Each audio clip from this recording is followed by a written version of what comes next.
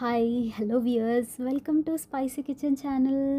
ఈరోజు మన spicy kitchen ఛానల్లో అందరూ ఎంతో ఇష్టంగా తినే మసాలా వంకాయ కర్రీని ఎలా చేయాలో చూసేద్దాము. ముందుగా స్టవ్ ఆన్ చేసి కడాయి పెట్టుకొని అందులో 2 టేబుల్ స్పూన్ల పల్లీలను వేసుకోండి. పల్లీలు వేశాక ఇందులోనే 2 టేబుల్ స్పూన్ల నువ్వులను వేసుకోండి.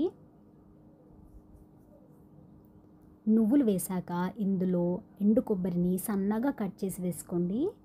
ఎండు కొబ్బరి వేశాక ఇందులో కొద్దిగా జీడిపప్పును వేసుకోండి. జీడిపప్పును అస్సలు స్కిప్ చేయొద్దు. జీడిపప్పు వల్ల మంచి టేస్ట్ మరియు టెక్స్చర్ వస్తుంది. తర్వాత ఇందులో 2 టేబుల్ స్పూన్ల ధనియాలు, 1 టేబుల్ స్పూన్ జీలకర్ర, 1/2 టేబుల్ స్పూన్ మెంతులను వేసి బాగా వేయించుకోండి. ఇవి వేగాక ఈ వేగిన వాటిని మనం ఒక మిక్సీ జార్లో తీసి పక్కన పెట్టుకుందాం.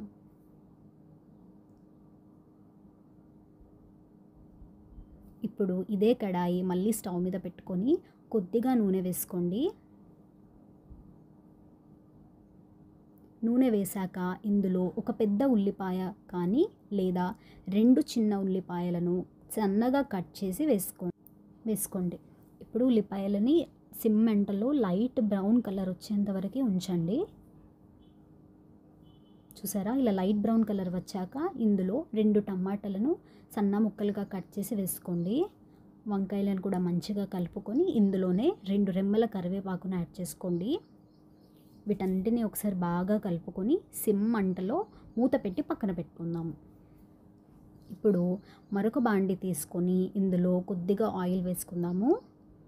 ఈ ఆయిల్లో 1/2 టేబుల్ స్పూన్ మెంతుల పొడి, 1/2 టేబుల్ స్పూన్ పసుపుని వేసుకోండి. ఇప్పుడు ఇందులో మనం ముందుగా కట్ చేసుకున్న వంకాయలను ఇలా 4 భాగాలుగా కట్ చేసుకొని ఆయిల్లో వేసుకోవాలి. అన్ని వంకాయలను వేసేసుకోండి. ఆయిల్లో మంట సిమ్ ఫ్లేమ్లోనే పెట్టుకోవాలి. చాలామంది వీటిని కుక్కర్లో ఉడికిస్తారు, కానీ కుక్కర్లో ఉడికేయడం వల్ల వంకాయలు చాలా మెత్తగా అయిపోతాయి. సో ఇలా స్టవ్ మీదనే ఆయిల్లో సిమ్ మంటలో పెట్టుకుంటే వంకాయ చాలా మంచి టేస్ట్ వస్తుంది. ఇప్పుడు వంకాయలను ఒకసారి కలుపుకున్న తర్వాత వీటిలో మనము రుచికి తగ్గంత సాల్ట్ని యాడ్ చేసుకోండి. ఒకసారి మంచిగా కలుపుకొని మూత పెట్టేసుకుందాం.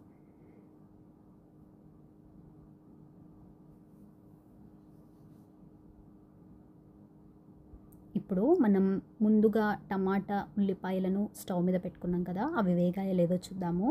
చూసారా ఎంత మంచిగా కలర్ మంచిగా వచ్చాయి కదా. సో ఇప్పుడు ఈ వంకాయ టమాటా ముక్కల్ని మనము మిక్సీ జార్లో తీసేసుకుందాం.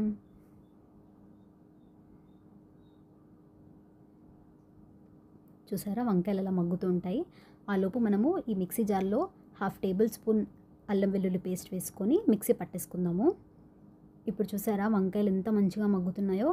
మగ్గేటప్పుడు మెల్లిగా సైడ్ నుంచి మెల్లిగా కలుపుకోండి, వంకాయ ముక్కలు ఇరగనివ్వకండి. ఇప్పుడు కడాయి పెట్టుకొని ఇందులో నూనె వేసుకుందాము. నూనె వేశాక ఇందులో మనం మిక్సీ పట్టుకున్న పేస్ట్ని యాడ్ చేసుకోవాలి. మొత్తం పేస్ట్ని వేసేసేయండి.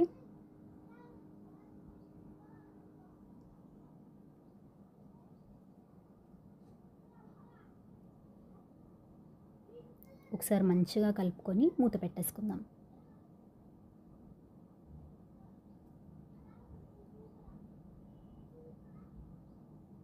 ఒక 5 మినిట్స్ తర్వాత చూస్తే చూడండి కలర్ ఎంత మంచిగా వచ్చిందో.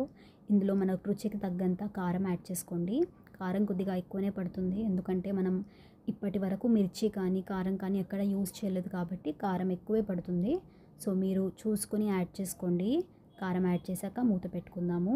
మూత పెట్టి చూశాక చూడండి కొద్దిగా అయ్యాక చూసే కలర్ ఎంత మంచిగా వచ్చిందో.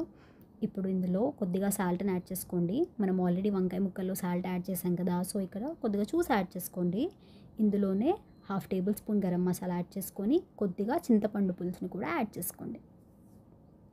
ఇప్పుడు ఒకసారి బాగా కలిపేసుకుందాము. ఇది మంచిగా కలిపాక మనం మగ్గించిన వంకాయ ముక్కల్ని కూడా యాడ్ చేసేసుకుందాం. ఒకసారి మంచిగా కలుపుకోండి, మెల్లిగా కలుపుకోండి, వంకాయ ముక్కల్ని ఇరగనివ్వద్దు. మంట సిమ్లోనే పెట్టండి. మూత పెట్టేసుకుందాము. మనం ఇప్పుడు ఒక 15 నిమిషాల తర్వాత చూస్తే చూడండి ఎంత మంచిగా వచ్చిందో కలర్. నేను ఆయిల్ కూడా తక్కువే వేశాను.